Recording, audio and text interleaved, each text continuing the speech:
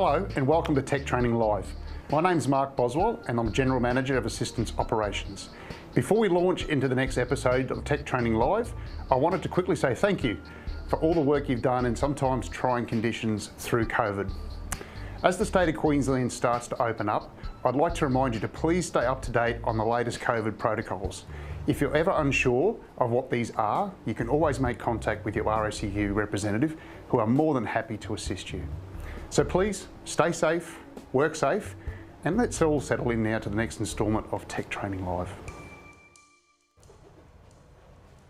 Thanks, Mark. Hello and welcome to Tech Training Live. My name's Mark Boswell.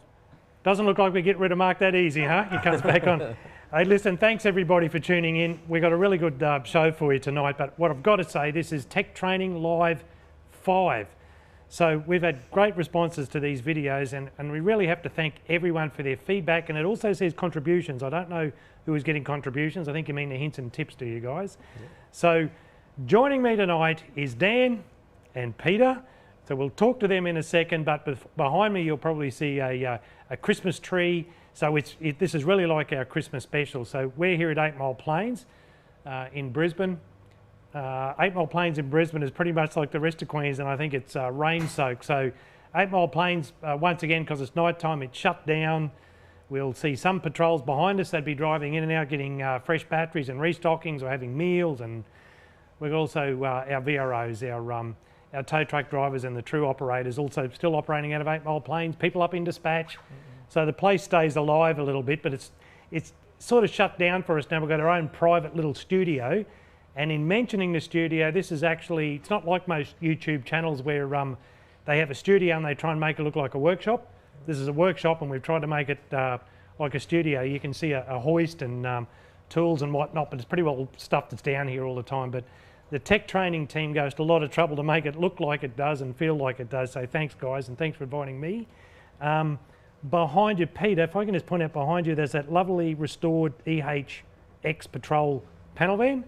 So that's rare because you've never owned it. Is that probably one of the few EHs I haven't owned? Yeah. So Peter and I often have a little bit of banter, and in the office we get yelled at things like "shut up," "stop being juvenile," and things like that. Take it outside. Yeah. But so tonight there's not much they can do about it, can they, Peter? No. So how many cars do you admit to owning in your life? Oh, probably over 150. And I rest my case. So he calls himself a restorer and a person who loves cars, but an enthusiast for 10 minutes at a time. Yeah. All right, so we've got lots of stuff on here tonight, but I've got to point out, for a start, we've got a massive amount of people already tuned in, and thanks for that. It's really, it's good. It gives us a big boost. It's good for the confidence. So I'll try and read out some of them. Stephen Squires, Steve Favreau from Stanthorpe, Brad Horton from Kilcoy. We've got Robert Earnshaw, Ipswich, Rosewood, Bushy from Georgetown. Hey, out there in Georgetown. David Bright, Karoi, Martin Yonkers, Caboolture, Matthew Sutton from Gundawindi. Gee, we've got Tully, Robert Milne, Ray Streeting from Boona, Scott Bramble from Bribie, not Bramble Bay, Scott Bramble from Bribie, yeah. Carson Barber, Toowoomba, Bill from Townsville, still nobody from Dalby. So we got Adelaide, Michael, you're going to have to help me with that one, Tony Perger from Hobart, Tim Gracie from the Gold Coast, we know where that is, Yendor Matter from Sunny Coast. So look, Brisbane, Boona, Samuel Stummer, David Jones, Maroochydore, Danny Russell from Tara. Now, if somebody from Tara can be on that, somebody from Dalby can, please. If you're at Dalby, look, just keep, it might be hard to have somebody pedaling to keep the electricity up while you're actually trying to text, I suppose. If there's two of you there, you can do it. John Richardson from Adelaide, Josh Dobie from Tasmania, G. Moore from Kingaroy, Callum Callaway from Gympie and Ipswich. I've tried to get through everybody. I won't keep that up all night. Just goes to show you pretty well all over Australia, so we thank you for that. Now, we've got some new vehicles to look at. We've got a Hyundai Nexo, is that what it's called? Yeah, that's it. Not a Nexo, it's a Nexo. Yeah. Like, it's a hydrogen-powered vehicle, a Hyundai Tucson. So Hyundai's Korean. I believe so. But they name them after American. So, yep, there you go. I can live with that. So we've got two Korean vehicles and something performance-related, I've been told. Yeah, that's right. I think you'll like it. I think you'll like it. Right. Now, as usual, our live text number is ready for you to send us any questions, and don't forget to jump into the live chat and tell us basically who you are and where you're watching from. We know we've got a wide-ranging network out there, and this is all about you. So give us that text number 0407 124 430. So everything that's on here tonight, guys, comes from the network in the first place. So that hints and tips. So we often joke about the tech support line. I know the guys, sometimes they've got to answer at all hours of the night, over weekends and things like that, but it is vital. It's a vital part of their job and it's a vital part of what we do at the RACQ. So if you've got hints and tips, let us know. The temptation, especially in bigger places, Cairns, Townsville, all those sort of places, bigger places is they might call somebody who's like a foreman or your boss, and you tell him and you talk to him about stuff that you find. By all means do that, but let us know, because that's where we get the real answer. So if it only exists in your world, it doesn't exist for the rest of the world, so that's not what we want. So Peter and Dan, welcome gentlemen. Apparently the audience enjoys what we say, I hear, so no one can stop us tonight. We're our own boss, so yeah, okay, so Peter, you believe it's just another day at the office? Okay, that's what we got here? That's what just we got. Normal, that's we're going to treat each other normal, that's good. Treat each other with respect. Oh, I wouldn't go that far. So not just another day at the office, no. Okay, so all right, Dan, we have, we're here too with some hints and tips. So big news tonight is that RACQ batteries have offered up 2 prizes for us to give away. One's there next to, that's, can everybody see that, no, the little cart? Oh, your scale replica. Yeah, that's a scale replica. So I've been whittling away on that for a while. So one of the guys here has got a Camry, so I thought I'd build him a scale model. Turned out pretty good, didn't it? Yeah, 1/18 scale Camry. I reckon you pretty well captured it. Yeah. It's accurate. He likes it. Yeah, it's sort of, yeah. I think we got where we needed to be with it. So just sort of put that on, a little bit of promotion for model building skills. That Milwaukee tool and the charger, so they're both prizes. Okay, now there's 2 ways to enter the draw for this. Now to win the Milwaukee kit, simply answer 3 questions that we'll show you on the screen into the live chat. Now we'll pick out a winner before the end of the show. So each correct answer gets you an entry into the draw. So listen up, because we're going to give you the answers, aren't we? As we go through the night, you'll be getting the answers, so you've got to listen. So each correct answer gets you an entry into the draw. Just put your answer into the live chat with your name and depot, and then you're in the draw. Now the good news is, for those of you watching this later or on demand, or that don't have access to live chat, we have a second prize for you. Not 1, but 2. Can you hold up the charger for me, Peter? On the screen there. There we go. Not 1, but 2 of those chargers.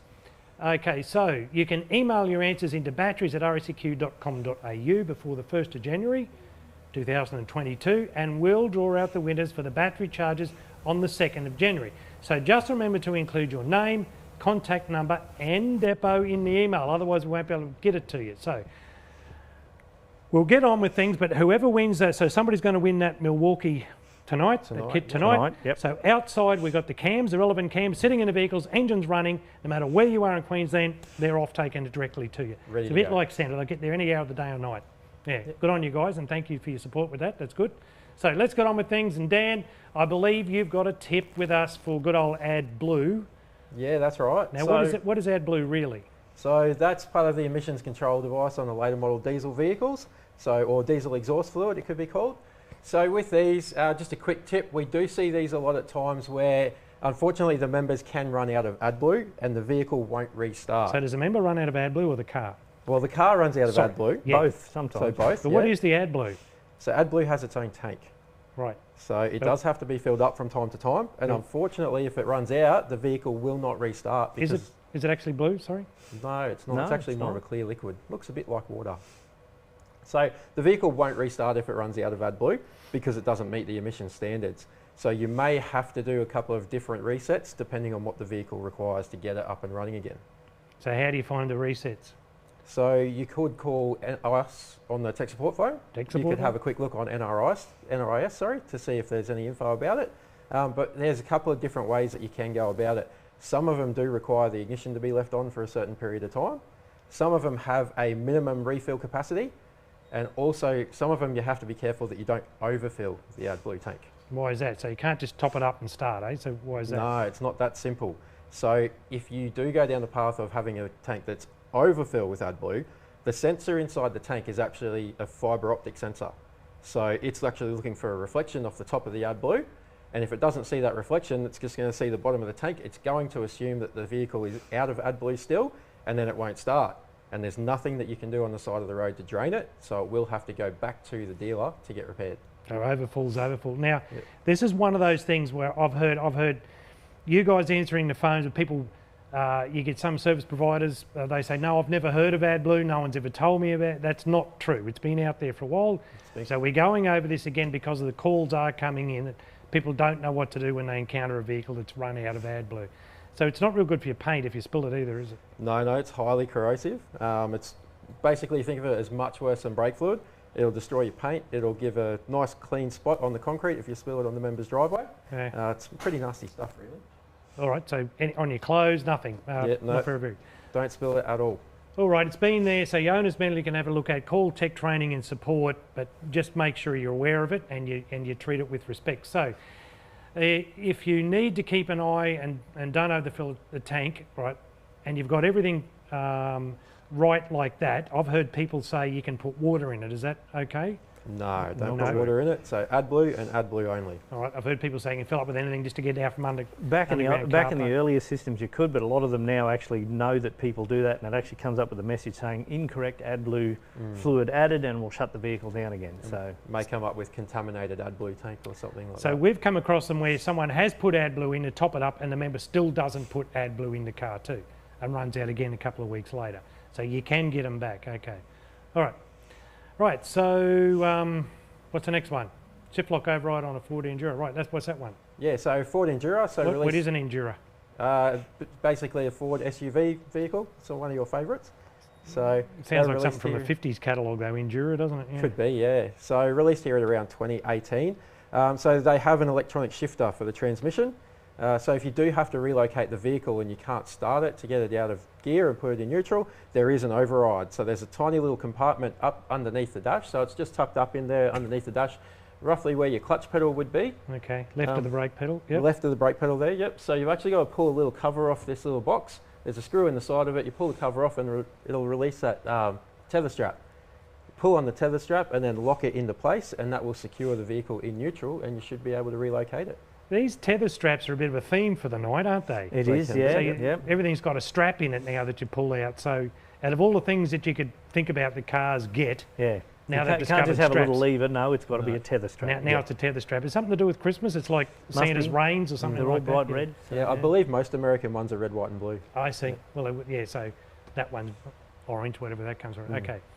Okay, so what have we got now? So we got, has anyone texted us? Tell us where they're from, what they're doing. You don't actually really have to tell us what you're doing because we're not that interested in what they're doing at home, are we? But where you are is good. And so we got Timmy from Hobart, Simon from the RAA, Paul Brody from Ireland, no? Something Ireland. So Anthony from Emerald, John Curra. So Dolby's tuned in. So sensational. Well done. Well done. Keep away. Actually, maybe we're asking a bit much tonight. I don't know if that creek's up. It's been raining out there. It's probably not that far from your front door. Elborn's from Milmerran, Duffy from Gympie, Dan in Launceston, good old Launceston, Jan the Toe Man. Right, Ian Rocky, Matt McDonald, John Curra, David from Jimbuba. So look, thanks everybody. It does mean a lot to us, doesn't it? Does, yes. People, well, it means a lot to you guys that people like it does. Well, well done for Dolby. I was speaking to Brad earlier in the week, so that may be Brad. If so, welcome. So it means a lot to you both personally that people like you, though, doesn't it? Well, and that's important. Everybody remember that. Nice to know that we're not talking to ourselves. Okay, so Peter, hello. What have you got for us? Interesting one. This is from Canelanders up in Bundaberg. Big shout out to Peter Burr for sending me this one through. This is a shift lock override for the Great Walls with the electronic shifter. So from like 2017-ish onwards, roughly around there sort of thing. If the electric shifter or the park brake dies, this is the override for it. So you've got to remove, there's a little divider in the cup holder. Yeah. Take the little divider out, pull out the little rubber mat. Below the little rubber mat is a round disc about the size of a soft drink can. Take that out and there is a strap in there. Again, and what that colour tether is strap, it's red. Well, it's Chinese vehicle. Yeah. So need to pull up on the strap, and as you pull up on it with the ignition on, it will beep to indicate that it's in neutral. If you've got to keep pressure on the strap, and there's now, I believe, like an exposed little knob thing there, you can get a screwdriver and turn that at the same time. So keep pressure on the strap and turn the now exposed knob anti-clockwise with a screwdriver to lock in place. That is correct. So is that in the one sentence? That's the one sentence, So yes. That's what you'll quote on the phone. So you get that at 2 o'clock. Now, so you're pulling the park brake and the transmission in this it. this is quite cool. Yes, it does. The pulling up and beeping thing is the getting it into neutral, and I believe the turning the thing with the screwdriver disconnects the park brake. So if you are in the car and you haven't chocked it or secured you're on the Great Wall. You're on a Great Wall and will probably end up going through a Great Wall unless you have secured the vehicle. So through be careful with that one. Okay, so there could be a wall involved in it. So that is... That, I wish I had known that a few months ago, so good on you, Peter, because we had one down the Gold Coast. We couldn't, it was 300 odd kilometres on the car, and the dealer couldn't help me with how to get out of park and neutral, and we had to get it out with slides and everything, but Yeah, well, that one come from Bundaberg, so yeah. So don't say we didn't tell you. So that's good. Good on you, Peter. Okay, so thanks, Peter. So you've got to do, again, I'll mention that. So that's a safety thing to me. Well, it is a little bit, if you're sitting in the well, in theory, you'd be in the driver's seat with your foot on the brake. Yeah, so not in theory, that's where you should be. Too fast, okay. So, okay.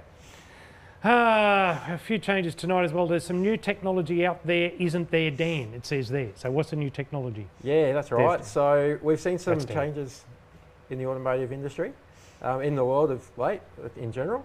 And that is with regard to reducing emissions. So the newest thing to hit our shores is the introduction of hydrogen vehicles. So we never got the Hindenburg here there. So other never shores made it that far. No. So that was a hydrogen vehicle. Maiden voyage was cut short, I believe. Yeah. Well, all right, but it was warm at least. So you're talking about fuel cells, not internal combustion engines running on hydrogen. That's right. So no internal combustion engine, no noise.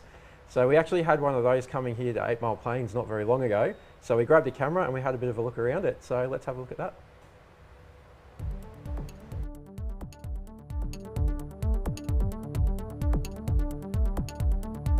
Let's take a look at the Hyundai Nexo. Released in 2018, the Nexo utilises a purpose-built platform incorporating 3 hydrogen fuel tanks that hold 156 litres of hydrogen. The hydrogen is supplied to the fuel cell stack that produces electricity for the vehicle and the 10 kilowatt lithium battery. The air compressor produces an inflow of air that is purified and supplied to the fuel cell that produces electricity that is then supplied to the electric motor that drives the wheels. Regenerative braking is also used to supply additional power to the battery. With the electric motor producing 165 horsepower and 400 newton meters of torque, the real-world driving range of the Nexo is about 660 kilometres from 156 litres of hydrogen, which takes about 5 minutes to refill. Before we have a look at the vehicle, let's check out how the hydrogen system works. The hydrogen is supplied to the fuel stack along with an inflow of purified air. The reaction of air and hydrogen in the fuel stack generates electricity and water. The electricity is supplied to the motor and the battery, leaving only water and purified air coming out of the tailpipe. The battery is also charged by the regenerative braking. Looking underneath the bonnet, you'll see the fuel cell powertrain. What you won't notice though is a 12-volt battery. The 12-volt battery is part of the main lithium pack. In the event of a flat battery, we're going to have to do a battery override. To do that, we're going to press the 12-volt battery reset button on the dashboard, which will wake up our battery BMS and have the vehicle functioning again. If that doesn't work because the battery voltage is too low, we can do a manual reset though. To carry out our 12-volt reset or boost start, simply lift the fuse cover off and our positive post will be down here, so we'll apply 12 volts with a good chassis ground, and then what we have to do is within 15 seconds hop inside the car and press the 12-volt reset button. While we're here at the boost point, you'll also notice that here are all our fuses and relays, and on the lid you'll notice this little QR code. You can scan that to get more vehicle information if you need it. Our fuel door is on the left-hand quarter panel and it's operated by a button on the driver's side of the dash. In the event of a failure, we do have a manual override inside the cargo area. Looking inside the boot with the covers removed, you'll see our EV battery. As you can see, there's not a whole lot of room for a spare tyre, so what we have instead is a tyre mobility kit, which is a compressor and a tyre gel. There's no deadlocking on the Nexo, so a lockout's nice and straightforward. It's just a tool 30, pump and pull. When you've got a flat battery or the remote isn't working, we do have a manual key override. Simply pull the blade out of the key, push the front of the handle forward, and then your lock's in behind the handle there. Our manual key override is nice and straightforward. Same as a lot of other vehicles, we'll just hold the remote up to the stop-start button and wait for the vehicle to power up when we push the button twice. For flat towing, we've got a tow eye in the boot. The recovery points are behind each bumper bar. Simply remove the plastic cover and screw the towing eye in. There you go guys, there's a brief overview of the Hyundai Nexo. If you've got any questions, text them through to the number below. All right, so did you do the graphics on that? No. No, that wasn't me. Okay, so hydrogen, so look, I've got a few questions about this, and some of the viewers have asked some questions too. So where do you fill one up? Where does one fill one's hydrogen vehicle? Very carefully. Yeah, well, yeah, that's how you do it. You don't smoke while you're doing it. No, definitely not. So it's early days at the moment. Nationwide, there's only about 15 refuelling stations capable of supplying hydrogen. Queensland has 2 of them. But as time goes on, obviously we'll see a bit more infrastructure and we'll see more and more of these stations come up as more and more of these cars come into the country. So where's the 2 in Queensland, do we know? So we do have one out at Cleveland for the Brisbane guys, and our friend Peter Burr up in Bundaberg's pretty close to one as well. There's one up there. Okay, all right. So there's some questions about it though. So they all got a little sticker on the number plate, have they? Little picture of the Hindenburg? Says Yes, hydrogen? yes. Okay, Saying caution, yeah. Yep. So everybody's been talking about hydrogen for a long time. I heard some engineers once say it's the fuel of the future and will always be that. So is the feeling like we're going to see it or not? What's the... We'll wait and see, I think. Yeah, time will tell. Time will tell. But it is zero emissions, isn't it? Yeah, that's right, 0. Once you've actually made the hydrogen, yes. Yeah. So running it past me again before I get to these other questions, it's an electric vehicle, but the electricity is made from a hydrogen generator rather than just having a battery that's charged up. Yeah, that's right. So you've got the hydrogen tanks in the back. So hydrogen is fed up to the fuel cell stack. And so you get hydrogen coming in one side and compressed air filtered air on the other side. The chemical reaction from those two is what produces your electricity. That feeds your electric motor, and what's not used goes into your battery is like a bit of a... Well, right, well, I mean, I've seen you taking the leftover fruit and the meat from the barbecue and everything home. So would this mean that you'll be out with the bucket under everybody's tailpipe taking the water and the extra hydrogen, just in case. Is it drinkable? Do what do we So know? Well, they So say they it's pretty claim. clean, so possibly. One of their television ads actually has it cleaning the air and cleaning the water for you, so yeah. You could at least water your garden with it. We've got John Stark, who's an RSEQ employee. He's saying Q-Fleet's using a Nexo. That's true. So I think that's where we got that one from, isn't it? Was a Q-Fleet Yeah, that car was we're from looking at. Q-Fleet, yep. The next question I can't... It's about you personally, Dan. I think your Yeah, wife's we might on have to leave that. We'll have to address I think that your one wife... Yeah, I think that's one your Might wife sent be. you. Yeah. Either that or a close friend. Bill Stewart from Mount Morgan's joined us. Hey, Bill. So, question: is AdBlue, getting back to that AdBlue just for a second, generic or vehicle specific? That's So from Kalani. You can get it through the dealer.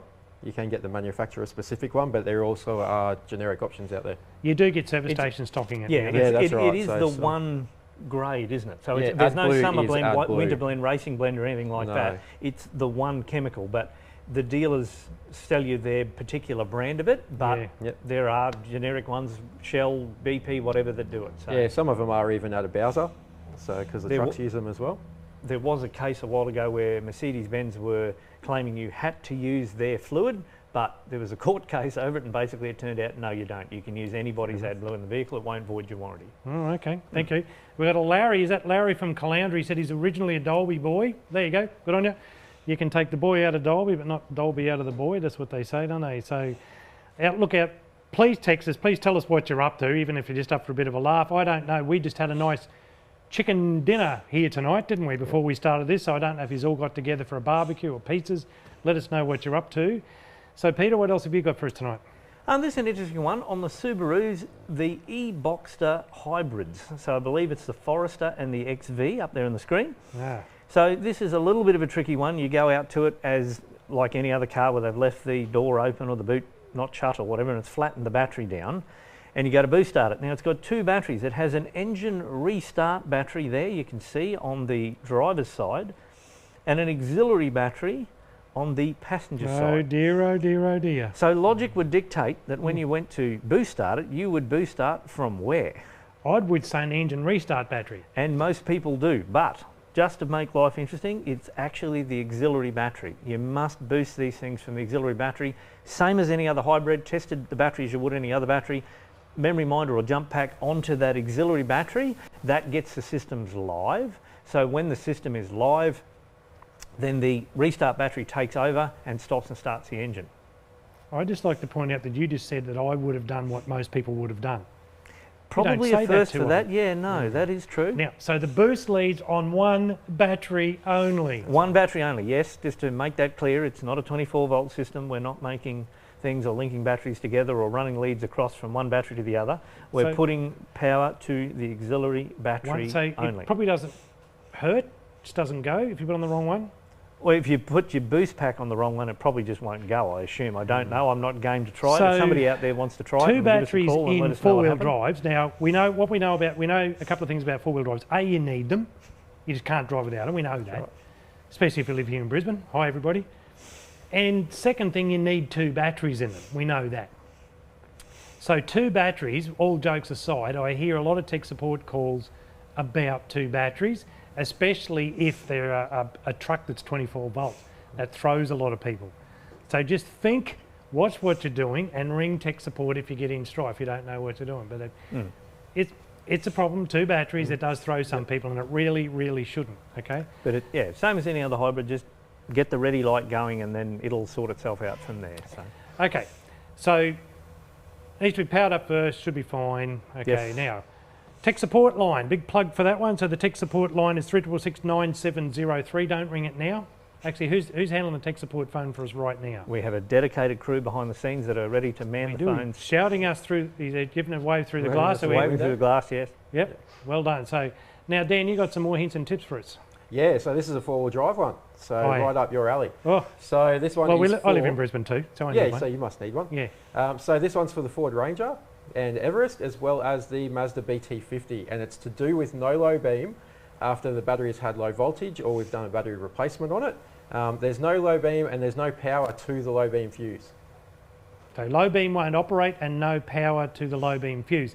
No. One question is, most blokes with four-wheel drives, they never use low beam, and they got heaps of other lights, and you've got a light bar and maybe another light bar and a couple of other lights. It might actually take a few days for them to notice that the low beam isn't actually working. It might only show up at a roadworthy or something. Something like that, yeah. So, okay, so what's the fix? Okay, so the fix is basically the body control module, or the BCM, sees low voltage or low current, and it disables the circuit. So what you can do is you can go in there, and if your scan tool will let you, you can go into the body control module and erase the codes. Now you might not see them because it might not be a factory level scan tool that you're using, but it'll still reset the body control module. So it might say no codes present. Yeah, that's right. Okay. So it might come up with nothing. So don't be deterred by that. Just clear them anyway and reset the system. And then all of a sudden your headlight circuit powers back up and you are good to go, unless you've got LEDs. Right, and but that can save you a trip to the workshop, can't it? Yeah, it could save you a trip to the workshop. So guys with LEDs, you might find that it just keeps happening again and again because there's still low current. But if you've got normal bulbs in there, you should be fine, and it'll save you a trip going to the workshop and getting it sorted. Yeah, I mean, okay, but just, like you say, they might know, because some of these guys go yards away from street lights, some of them meters away from it. Okay, so thanks, Dan. So I believe you've got a few more interesting things to show us tonight. So you're going to grab your camera and head off in a minute. Yep. Now remember the competition to win the prizes. Remember we were talking about that. So keep your eyes out for the questions. But meanwhile, we've got a new Hyundai to look at. So another Hyundai. Really? Okay, we've got a new Hyundai to look at. So let's head over to Duncan and see what this one's all about.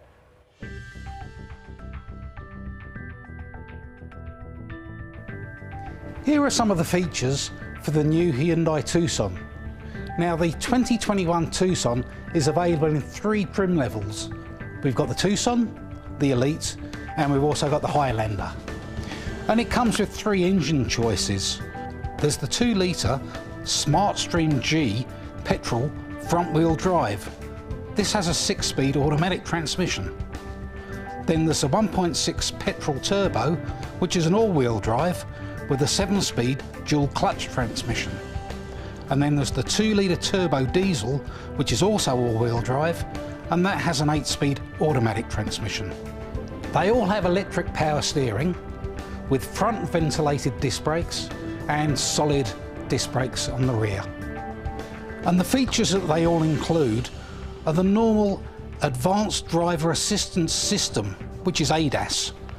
This is fitted to most modern vehicles, and they use a camera and a radar. Hyundai call this Hyundai Active Sense. So moving around to the front of the vehicle, the bonnet pull handle is actually located on the driver's side kick panel, so that's easy to get at.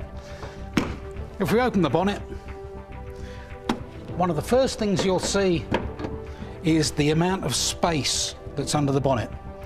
Almost everything is easily accessible. The alternator looks quite to be a breeze, whereas the starter motor, that's pretty well buried, and that's going to be a workshop job. So the Hyundai Tucson, as you can see, the battery is easily accessible. You can get at it so easily. In fact, I don't know many vehicles that are going to be any easier than this one. Now, 3 different batteries for the different trim levels. So we've got the 1.6 turbo that takes a 3664, but it also takes an AGM, which is a 5536. So the 2 litre G motor, which is what this one has, this carries a 3554 or a 5526 AGM. And the 2 litre diesel, that takes a 4704 or a 5594. Now the good thing about this is that they don't need registering. There are 2 fuse boxes on these vehicles. Now the one under the bonnet, it's easily accessible just in front of the battery here. Just a question of pulling the covers up. The Legend is actually on the inside of it, and underneath we've also got the boost start point too. So moving around to the side of the car, we've got the fuel filler door. That operates on the central locking. Unfortunately, in the event of failure, there's no known way of getting it open. Now, if this was a diesel, we'd also have another filler point just in there as well. Now that's for the AdBlue. So the AdBlue tank actually holds 14 litres, and both the AdBlue and the DPF levels are actually indicated on the dash. So going around to the back of the vehicle, we've got the tailgate. Now underneath the boot floor carpet, we've actually got a full-sized alloy spare. And we've also got our toolkit in the back with our tow eye that is used on both the front and the rear bumper. Now both of them are actually on the drive towards the driver's side of the vehicle, and it's just a question of just popping the little cover in like that. Out it comes, and you can screw your tow eye in. Now underbody, there's not very much you can see. We've got the plastic covers that cover the engine and transmission, and that's about all you can see, apart from we've got the jacking points. They're nice and easy to see. Both the front ones are here, and they're marked with 2 little dimples, the same as at the back as well. All the new Tucsons all feature electric handbrakes. Now, as you know, overrides on handbrakes aren't quite so easy on some models than others. This one, it's a case of undoing the 2 Allen keys that hold that on, and take the multi-plug off, and you pull the actuator off from the caliper. So the Tucson has either a normal key with a blade, or it has a proximity key. Now the bladed part of the key, whether it's on the proximity key or the remote key, actually fits underneath the cover on the driver's door, only to be used for emergencies. Now the lockout process for these is just another simple procedure. Tool 30 and just pull on either front door handle, and that'll actually get you in there. But just be aware the alarm will go off, and there's no deadlocking at all on these either.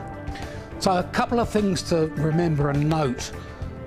Number one, when you do open it up with tool 30, the alarm will sound, so that's on either front door.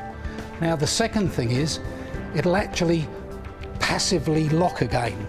So this means that if you unlock the vehicle with the key or the remote and you don't open any door, after 30 seconds it will relock itself again. The interior fuse box, just underneath the cover there, again with the Legend on it. And the OBD2 connector is just under the dash, just above the brake pedal. So again, nice and easy to get to. Now, if we had a proximity key and we had a push start button, so a stop start button, the override for that is to actually hold the key with the emblem's facing up against the stop start button, the same as a lot of other vehicles. So now looking at the shift lock override. So there are two different types of transmissions, as I've already said. So the automatic ones have actually still got a traditional gear lever, whereas the dual clutch is actually a push button. So push button, neutral, park, drive and reverse. Now these ones with the gear lever, it's a simple process for the shift lock override of pulling up, and you do have to be very careful, pulling up on the gear shifts around, and underneath there you'll see there's a little red knob. You just press that down with a screwdriver with your foot on the brake and you can shift it into neutral. Now the problem is with the one with the push button, there is no known override for that system. However, you are able to keep the transmission in neutral with the engine off. But to keep the transmission in neutral with the engine off, press and hold the OK button for longer than 1 second when the message, press and hold OK button to stay in neutral when the vehicle is off. But remember, if the door is opened, park will automatically be engaged. So there we have it, a quick overview on the Hyundai Tucson. So got any questions at all? You can always text that number across the bottom of your screen. So now back to the studio. Thanks, Duncan. Hey, we've got some questions about that and some other things to just run through again. Now, as I said, Dan's taken off with his camera up into the very bowels of the RACQ buildings up there. In the meantime, he's been replaced by our new head of department, Adam Ashmore.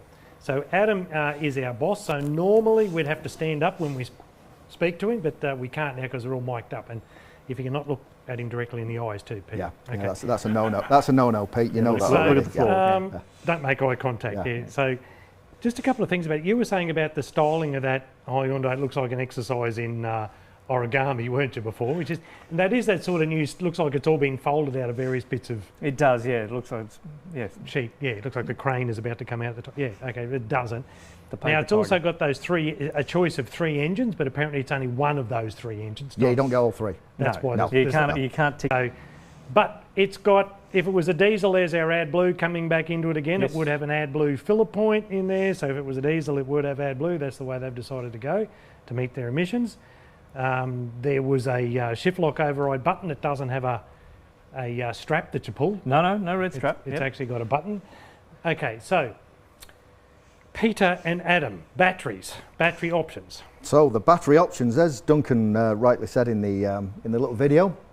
So we got the 1.6 with a 3664 or the AGM, a 5536.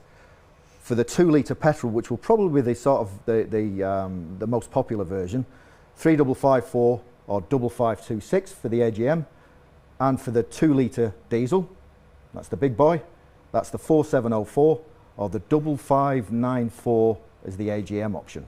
All right, now remembering those batteries, we're not going to forget about them, but what have you got in your hand there? You got the pen cap. Remember our little tip we had, probably back in Tech Training Live 1, with the Hyundai iLoad, where you press the for the vehicles with a key, ignition key lock. Ignition key lock. So that's you put that into the ignition key, and it powered up the unlock button for the boot. Yeah, that's right. Yep. Well, do you think that works for the? I believe it does. Okay. I believe it does. So if they've got a cargo barrier and the keys are in the boot, in the rear section or whatever, old pen lead goes in.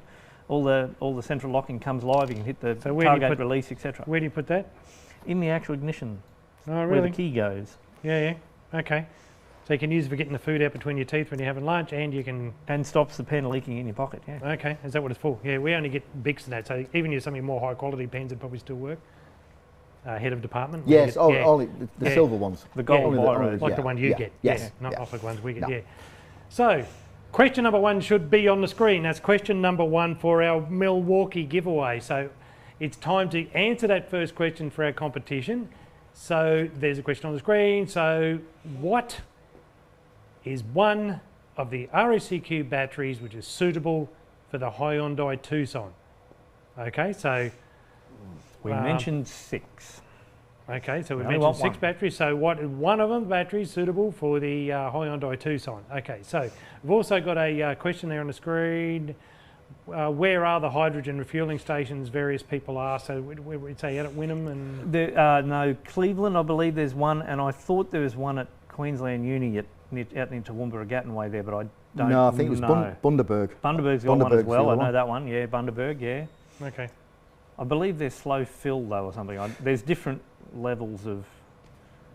It could take a If while. you're at one the of the moment. 6 people that owns one, I'm sure you'll know where they are. You'll find out because they're not really here, not really popular yet. Who knows? Who knows what's going to happen? So remember that text number 0407 124 430. Please get in touch with us. It really, really is gratifying to see that. Quite humbling. There's a lot of people. Yeah, on, a lot of people. Yeah, a lot of Thank names you. on that So- screen. Okay, so I'm going to introduce Adam and his wheel nuts. Oh, thank you. So this one's rather than a hint and tip, it's more a bit of a timely reminder around wheel nuts. So probably going to sort of put this one towards Subarus. Subarus have a slightly tighter pitch. It's about 1 millimetre tighter pitch. If we're going to see problems with wheel nuts like this, it seems to be Subis, doesn't it? It seems to be the way of the world. So when you're going to do a wheel change, check to make sure, especially on Subarus, but all vehicles, make sure that there's no corrosion around the wheel nuts. If the wheel nuts are tight to come off because they've been over tightened or for whatever reason they're tight to come off because it's corroded, make a note of it, mention it to the member, put some job notes on. If it's going to snap, when's it going to snap? When they take it off again. When they take it off. Whose fault is it always? It's always It's always ours. Yeah. Well, more likely yours rather than ours. Some of these, I believe, the actual threads that the nut runs on when it's with the alloy wheel, it only uses like that much of the thread. And when you Yeah. put the space saver on, it goes all the way down to the bottom and uses the thread that hasn't used for the last 10 Yep. years. So you Yeah, wind it okay. on and then You know what I Okay. mean? Like Yeah, if it's going further down. So you're the using thread that hasn't been thread touched that yet. hasn't actually been used before. Yeah. Yeah. And that's Yeah. what wind up. Yeah. I suppose the mantra for this one is job notes, and job notes again. So if you think it's a bit tight and a bit funny, make sure the member is aware of it and that you've told them they're aware of it. So it's not your fault. But what happens is they go into the tyre service, rattle, rattle, rattle, snap. Yep. It must be the guy who just did them up for you. That's generally what it is, yeah. All right, so just pay attention, make sure the studs aren't going to be damaged in the process or over tightened, and so they're not breaking on the road. Right. So next, so good to hear from Mariba. Good on you, Mariba. And you've moved back into the workshop after that fire. That was terrible, so good to hear that. Josh from Blackwater as well. Andreas Toowoomba, Mike Carroll, Colin from Rocky, Danny from Chinchilla, Jan from Harveys, and Rob 60. Get on your Rod. Okay. Don't put those lowering blocks back in that Hilux. Okay. So make sure the member's aware. Yeah, now, once again, that text number is 0407 124 430. Now, we all know what it's like on the road. You get the event on your screen and off you go. So you go and do it. But what does it look like on the other side before that event actually comes out on your screen? Now, so how do you get these events to start with, and how does it go from the call taker to you, to your screen? So we've got Mike Atkinson with us to have a chat about all things dispatch. Now remember, dispatch is just that, it's dispatch. They've got a very, very hard job, and it's very, very complex, and they've got people pull them all different ways. So I'll be actually interested to hear what Mike's got to say here. So if we can play the video, that'd be good. Well, here we are in the contact centre, and I've managed to catch up with Mike Atkinson. Mike, can you tell us a little bit about what your role is here and where you've come from? Yes, I'm the manager of dispatch operations, which basically looks after all the events that are dispatched throughout the entire state of Queensland. Where I come from, I was a patrol for the first 20 years of working with RSCQ. For the following 6 years after that, I managed patrols, and for the last 3 years, I've been the manager of dispatch operations. Right, so you've got a fair bit of experience, so it's safe to say that you know what it takes to make roadside happen? Yes, I do, and so does my team. They're pretty well skilled at that sort of stuff. So excellent. So, Mike, for the last 18 months, the world's thrown a few curveballs at us. So how's that affected you guys in the contact centre? Yeah, so that was a major change for dispatch and for the call centre. We basically had to get everyone to work from home when we started to go through these lockdowns, and that's been going on ever since. We're now with the easing of restrictions, we are seeing more people coming back into the call centre and into dispatch. We typically now have I guess a blended workforce, some working from here, some working from home. It really whatever suits the situation at the time, so yeah. Yeah, okay. So what's one thing that the guys out on the roadside can do to make things a little bit easier for you on the contact centre? Okay, so it's to do with phone calls. So we would prefer that you actually send us a message rather than phoning us. We can answer messages much quicker, multiple messages at a time. Phoning us does take a lot longer. There are times that you do need to call us. It's better that you send us, if you're on data, I got mobile responder, send us a message or a request to talk, an RTT, and we will, the dispatcher who's looking after your desk will actually phone you, so you're talking to the right person. Certainly if it's an emergency, or if you're a regional contractor who's not on data, then just phone us. So the main takeaway there is for the guys who are using mobile responder, if you do need to talk to your dispatcher, just send through the RTT and wait for them to get back to you. All right, well, thanks very much for your time tonight, Mike. There's quite a bit going on down in the workshop, so I've got a few more things I've got to get sorted, so I'm going to take off. But thanks again. No worries. Thanks very much. Cheers. Thanks, Mike. Cheers. Thanks, Dan. Thanks, Mike. I'll say it again. They've got a really, really complex and hard job with people pulling at them from all directions. So sometimes it's good to see a face. So Mike, he's in charge there, and he does a good job, and the whole team does. So thanks for that. So okay, Peter, what do you have for us? Hyundai tip, this one. So this is the 2019 or later Hyundai Konas. You don't mind Hyundais, do you? No comment. For 5 minutes. I mean, as much as you like any car. Yeah, no, let's not go there. What's the longest you've owned a car for? Years, Warren, years. What's the shortest you've ever? Lovingly owned, serviced, cared for, and watched for years, Warren. Yeah. Just that we've never seen it. Yeah. No, not quite as long as you, but there we go. Sorry, Hyundai Kona, no start. Cranks but won't start, and it's got a fault code that comes up when you put the scan tool in, a P1691. This actually relates to the immobiliser antenna. I thought it would have been a P. Yeah, it was on the tip of your tongue line. Yeah, just filled in the blanks. Steering column. So pop the little steering cover off under the steering column, couple of screws, gently ease it off, and you can manipulate the key reader harness to get the vehicles to start. So basically, you can see on the screen there, the little blue wire that runs below the key. You can manipulate it, i.e. poke it with your finger. So that's the blue. So you're calling that an antenna. To me, it looks like a blue sheathed wire. That it is, yes. Is that your finger? Either one. Yeah. Is that your finger? That's not actually my finger, no. But the nail's a bit any finger would do. Isn't it? Yeah, any finger would do. Yeah. Manipulate, poke, whatever you want to call it. You wouldn't use the member's finger? Not if it's still really attached to the member, no.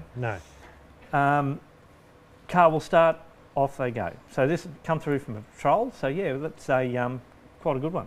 Okay, so I want to get this clear. So you have to pull the remove gently as opposed to pull. Yes. Yeah. Okay. Remove gently. So you'd have to remove the screws. Remove the screws. So somebody has to have a correct screwdriver. Yes. So you've physically got to get out of that vehicle, walk back to your service vehicle, and get the screwdriver. Yes. Then you come back and say. So do you refit them, or do you just? I would, yes. You would. That's just me. So don't lose the screws. Don't you put lose them back the screw on or the cover okay. or the member's finger. Okay, and you put it back, and away you go. So, good. So that actually works. I mean, it saves the tow. It does work, yeah. It saves the tow, yes. Especially if it's the bottom floor of a car park or somewhere silly. So you just sort of fiddle with it, poke with your finger. Yeah, poke it with your finger while the key's on, and okay. The security light will go off, and the car goes broom. So apparently that one was from one of the Brisbane Staff Patrols, 4-8, John Walker. Thanks, John. So any other tips, Adam? Certainly do, Warren. Are you glad I asked? Yes, I am very glad you asked. This one is about the battery warranty update. So if you're not aware, if you didn't already know, batteries warranties have changed. So why the changes, I hear you ask? I was going to say, why is it QRG? What's that stand for? Quick Reference Guide. Quick Reference Guide. So you must have a quick reference guide. Yes, got to have a quick reference guide. So the changes, they've occurred because we've gone to a national agreement. So that national agreement is for all the clubs across Australia. So wherever you are in Australia, you buy a club supplied battery, it's the same warranty. So these changes, sorry Warren, were you going to? No, that's all right. So yep. 36 months private use, that's a long time. That's a long time. So that's not for all batteries, not all batteries have changed. So this is the private use warranty. So it's not the warranty that you'd have for a taxi or a commercial vehicle, private hire, anything like that. This is for your private use warranty. So your for the standard DIN batteries and the and the standard batteries, a lot have increased to 36 months, as we said. That's excluding the 4.5 range and the 4.7 range. So the 4.703, 4.704, 4.504, etc. You know the rest. They stay at 24 months.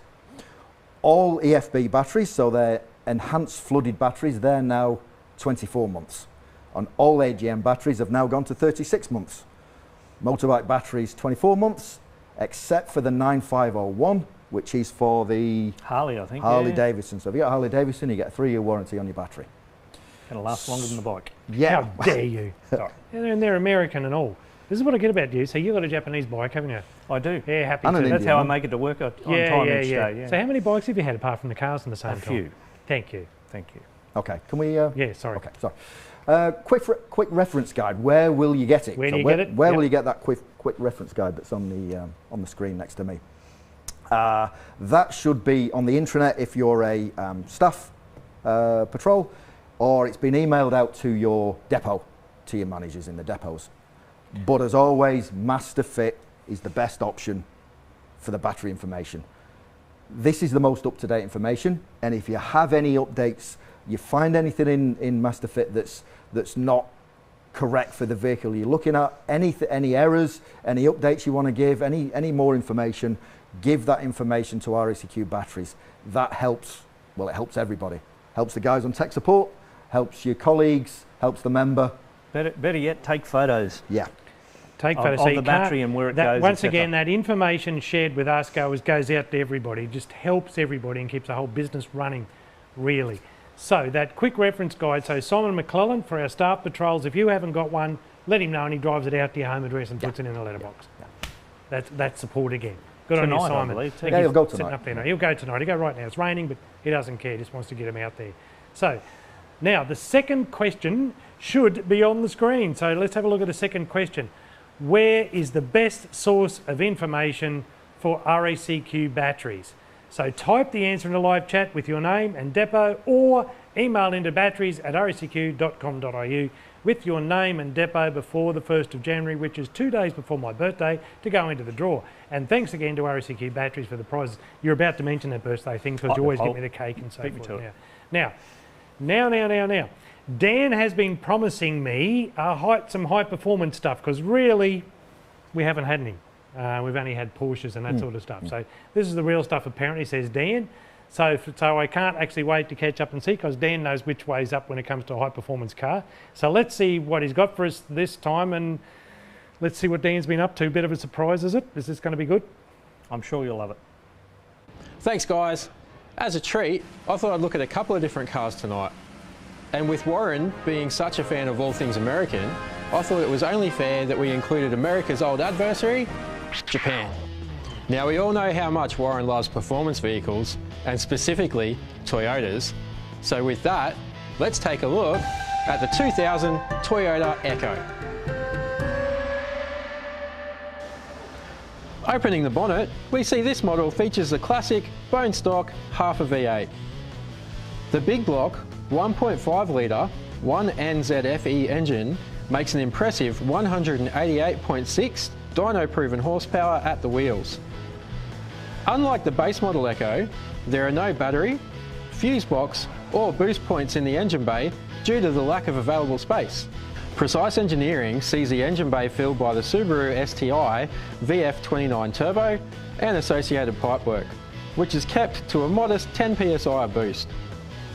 We do have a Golden Eagle fuel rail, which supplies E85 fuel to the 1000cc injectors fed by a 255 litre per hour Walbro in-tank pump with the pressure taken care of by a Turbo Smart rising rate fuel pressure regulator. All of this is controlled by a Haltech Elite 750 ECU. Looking inside, we see that occupant safety is paramount, with WRX front seats, front and rear fire extinguishers, as well as a discreet, quick access battery isolator switch featuring a removable security key. There's no shift lock required for the 5-speed AE101 Toyota gearbox, which features an LSD diff and a 4.3:1 final drive ratio. The lockout method's pretty straightforward. It's just a matter of using packing tape on the snip button, of course assuming that the door locks actually work. Looking in the boot, we'll find the battery located here on the driver's side. Simply lift the cover to reveal the battery, which should be a 2136. There is clear access to the main fuse right here above the wheel arch, and you may also notice another fire extinguisher, once again with safety in mind. The fuel pump relay is here above the carpet to make testing easy, and as you can see, all unnecessary fasteners and brackets, such as the battery hold down clamp, have been eliminated in order to save weight. Now you might be thinking, with all these items insecure, it makes the vehicle unsafe. However, with the hatch shut, it's now all securely contained inside the cabin. Now in the likely event that the Echo needs towing, there's an access panel here for a towing hook in the front bar. Simply remove the cover and screw the towing eye in, but be careful not to dislodge the bar in the process. So there you go guys, there's a quick overview on the high performance Toyota Echo. I hope you've enjoyed it. If you have any questions, don't text them through and don't call us on the tech support phone. But for now, I'll hand you back through to Warren and the guys in the studio. Right, so you all think you're pretty funny, hey? Okay. But I'll have you know, so the guy that owns that car is a lovely fellow. Okay, he actually is. Now, we're not suggesting that it's okay to have loose batteries and electrical components bouncing around the inside of the car, are we? There are plenty of fire extinguishers though, Warren. Lots of fire extinguishers in that car, and there's a story behind that, I believe. I wasn't there, but the fire extinguishers were used, okay? And it actually does have 200 dyno proven horsepower pretty close to it at the wheels, so it does actually go. So I think you should both have to, neither of you, so everybody should understand these guys are restorers or don't touch it or do what you're told type guys, whereas I'm a modifier, okay? So you've actually, you know, in doing that, is that a good car or not? I appreciate the engineering and effort that went into making it happen. It has a Toyota engine and a Toyota, so that's a good thing. OEM parts, really. Yeah, we like to call it automotive butchery. You'd have some other... I think it's very, very interesting, and he's achieved something too, hasn't just bought it. Now, to further that, it looks like what he's done is get this little Toyota, big turbo, modify it so it goes fast, and yet it's only supposed to be a little fairly small, little economical car, but he's having fun with it. Now, it looks like Toyota's taken a leaf out of his book and done the same thing with this similar car, doesn't it? I think you're going to have to admit and give me this one. Again, another argument lost. Please play the Thanks, Yaris guys. video. Now let's take a look at the Toyota Yaris GR. Looking under the bonnet, we see the 3-cylinder 1.6 litre engine, which produces 200 kilowatts and 370 newton-meters of torque. The engine is mated to a 6-speed transmission, which feeds a multi-clutch transfer case, which can be split between 30-70, 60-40 and 50-50. Looking further around the engine bay, we see our positive boost start point here under the red cover, and behind that, our engine bay fuse and relay box. The legend for the fuse box can be found on the bottom side of the lid. Over here on the driver's side, we see our washer bottle, our coolant, and brake fluid reservoir.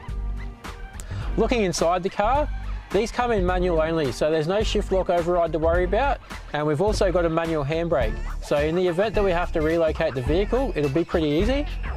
The other thing that we do have in here is our stop start button, and like most Toyotas, the manual key override is simply just hold the button up to the stop start button and the car should start.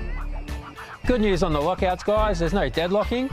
To gain entry, it's just a simple one motion, pull the door handle on the driver's side, or if you're going through the passenger side, you can flick the lock rocker back and that'll unlock the car too. So as expected, we've got a manual key blade as part of the fob. Pretty straightforward, just insert it in the door lock in the event of a flat battery. Checking inside the boot, there's no room for a spare tyre, so we have a liquid sealant kit. The EFB battery is easy to access, and we can also see our towing eye. We also notice there's a small relay and fuse panel underneath the covers beside the battery. There are front and rear recovery points on the Yaris. Both are accessed behind the cover plate in the bumper bar covers. So there you go, there's a quick overview of the Yaris GR. If you've got any questions, text them through to the number below, And now it's back to the guys in the studio. Thanks, Warren. Those little Yaris's are actually in high demand. I believe there's a big waiting list on them. I mean, both of those were RSEQ members who brought their cars in for us to have a look at. And so the Yaris, I think he had to wait months to get hold of it. There's a big wait on them. They're a very popular little car, even for the price. So a little bit unusual for Toyota to do that. It's just having a bit of fun and being a little bit silly, not so staid, really. It's a pretty cool car for the a other small guy shopping trolley. It's very, very cool and, so it wasn't fast. It wasn't racing like Formula One that did that. It was somebody else doing it, and Toyota's doing the same thing that they did. Yeah. Actually, that's designed for rallying. Oh, is that it? vehicle? Yeah, it's homologation. It's called. Okay, rallying. Hence the word. So rally, rallying's off-road, isn't It's it? gravel and dirt. I thought that's what you did with your four-wheel drive. So Well, to be fair, it is four-wheel drive. it is it? Okay. Yeah. Bitumen's for racing, dirt's for planting potatoes, they say, don't they? Yeah. So look, just not missing out anything we got on the table here. You've got your scale model of the Camry. Yes. You got it. So what's the battery for? Just a reminder to everyone that we now have a AGM option for 4704s, 4703s, 5594 or 5593 respectively. If you want to give the member that option. Okay. Question 3, and Peter, that sounds like it'd be a good question for our competition. What is the RSEQ battery number? So here's your third question. What's the RSEQ battery number for the 4703/4704 AGM option? Now, remember, type the answer into the live chat, and we've got plenty of people doing it, so that's good. Thank you. Type the answer into the live chat with your name and depot, otherwise we won't be able to find you, or email it to batteries@rsq.com.au with your name and depot and contact number before the 1st of January to go into the draw, or just wait and send me the birthday present on the 3rd of January. And thanks to RSEQ Batteries again for the prizes. Or if you want, again, one of those quick reference guides, RSEQ Batteries is happy to run one of those out to you as well. So, Peter, do you have any other tips tonight? I do, actually. So this is for late model Mazdas, and I don't know specifically what models, but I think like the 2, the 3, the 6, CX-5, CX-9, all those, that have the Mazda, one that comes up on the screen there, the Mazda, that comes up basically every time you get in the car, except for the day when you get in and it doesn't come up. Apparently these things, if they get low voltage or batteries are changed or just for random reasons, that central display unit shuts down. So CAN bus resets everything, they won't come back. So there is an override to getting them to come back. And it's press and hold the back mute and nav button down for 10 seconds until the unit powers back up again. This is with the ignition on. So just on the little picture there on the right, you can see what they're calling the mute button is just a little speaker with the cross through it. So you've got the nav one, the one in the center, the little one there with the speaker on it, back, nav, and the center one there for 10 seconds. And that will repower that information system. Or bring it back to life. So it just saves it's just a glitch, and it's just a good way of bringing it back to life. Yeah, it just saves the whole my stereo doesn't work thing now. And so where did that come from? I'm not entirely sure. Oh, Canelanders again, yes, up in Bundaberg. So yes, a big shout out to Bundaberg yet again. Good, thanks for thank you for that one. That's an awesome one, that one. See how it works. It just helps us all to do a good job. Makes you look, we all look like we know what we're doing. It does. Yep. It is nothing worse than not knowing, and you can't tell the member, you can't give them an outcome. It's great when we know what we're doing. So thanks again to all of you who submit those tips, and it makes it easier for everyone out on the road. Now we've got a question here to Peter. It says, what's the best car you've ever had? And that's the best way of putting it, not ever owned, because you haven't really owned them, because it's only been as long as it takes you to fill out the forms. Lots of memorable cars, Warren. And if so, why would you get rid of it? Well, that's true, I suppose. Yeah. I don't know. Probably one of the weirdest ones I've had was a 57 Barclay, which was an English car with a little motorbike engine in it, little fiberglass thing. That was pretty cool. Yeah, something different. A week or so, didn't you, that one too? So, but this is a guy who doesn't mind having hearses. This is a guy that doesn't mind having ambulances, and when you pull the back out of them, you've got plenty of room in bits the back. of dried, all sorts of stuff in there. Oh, you hose it out. That's what Pino Clean's for. It's all good. Yeah, so yeah, he doesn't mind that sort of stuff. So we have another tip from one of the Brisbane patrols, I believe. That's correct, Warren. That's you, Adam. Yes. This one is from Patrol 47, Ryan Eggins. Ryan Eggins. This is about a no start on a 2021 Kia Rio. Now, it's the Kia Rio that's fitted with the 3 pedals. not the 2-pedal version. So it's got a clutch pedal. Real cars have got 3 pedals. Well, apparently so. So you'll arrive at the job, it's a no start, and there's no signal at the starter solenoid. So looking closer, you'll find that the clutch switch has dropped off the pedal. It's come loose and fallen off the pedal. Okay. So basically you reattach the switch to the pedal, and it's easier if the back off the mounting screws, put the switch back on, and the car will restart once you press the clutch pedal. So once you know what to, oh, I see, there's a picture of the switch there, and you've got the mounting screws back, or put it all back together and away you go. Yep. Probably just works loose over a period of time. That seems to be the case. We've seen a couple of them. All right. And once again, it's good that these guys are finding stuff in the field and passing it on. Remember to use that tech support phone. These guys love it. Now, remember the tech support phone is there, but please do your basic math. So know what car you've got, know what you've already done, and know what question you're asking. It is a bit hard from it, just in their defence, it's hard.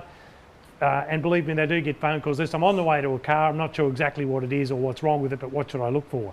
That gets pretty hard to answer those questions, doesn't it? But and I hear the guys day after day, they're going, have you checked the fuses, do the brake lights work, all that sort of stuff. So cover all your basics off first, and often you'll get yourself out of the trouble without having to make the phone call. But by all means, use that phone. That's what they're there for. So the tech support phone is a central point of truth. It means everything comes across their desk and they know what to do about it. It doesn't hold you or your mates up, and it lets your boss have a break, because the guy that you're normally ringing, it gives him a bit of free time. Okay, so make sure you're giving us any questions that you have. Do them right now. So in text any questions, and we're going to have the prize draw. So someone is going to actually tell me. We've got lots of correct answers for questions 1 or 2. We're just waiting to see who's got a correct answer for I can see them, number 3. They're frantically passing it on now. Okay, and so the prize draw will be completed. I'll know who won it, and I'll be able to pass it on, and then Stewie or Steve or somebody's going to run it straight out to you wherever you are, unless the roads are cut. But they do have 4-wheel drives, remember. So they should be able to. If it's flooded, forget it. If it's flooded, forget Stewie and Steve. That's all I'd say. Stay safe. I think we've got an answer. We've got our lovely assistant, Graham, making his way towards us. Graham's boss of technical training, but he also has to pay homage to the head of the department here. I've got the Milwaukee tool, yeah. Oh, do I get to read it out, or is it somebody with better manicured hands? Graham from Karoi, well done. So we send that out to you. Graham from Karoi, well done. Cam should be home by midnight. Yeah. Yep. Well so done. the Cam will be back up there and back tonight, so that'll be pretty good. Yeah. Okay. So the prize draw has been completed, and the winner of the belt trophy because of Karoi, congratulations. We will organise to get that kit sent out to you ASAP. Of course, the Cam can't do it, so don't wait for him. Don't wait up tonight. Remember, there's still a second draw for the 2 battery chargers. So if you're watching this on demand or in the next few weeks, email your answers to batteries@recq.com.au with your name and depot before the 1st of January to go into the draw, or just send me the birthday presents on the 3rd. And thanks again to RSEQ Batteries for the prizes. Right. Now, that's about all we have for you tonight. It's been a great night. We really appreciate all the feedback, and from everyone who took the time to watch and to text back in.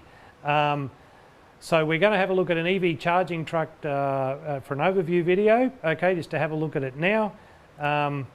Quick shout out to our roadie EV charger there on the floor. Yep, what's that? Yep. It's I can see on the screen there, portable pack. It's just one of the things we've been looking into for portable charging solutions for EVs. One of many things we've been looking into, but that one you just basically stack as many batteries as you like, and the little unit obviously sits on top there, and you can charge your car at the roadside, have it sitting in your depot charging up when you're not using it, that sort of thing. But so you've had good success with it? It's just being trialled. There's a couple of different options out there, but it certainly does what it says on the tin. But yeah, there's, like everything, you've got to check it all out and make sure you find the best solution, most practical solution. Truck video to go to? We do, yeah, we do have that. Have a look at that.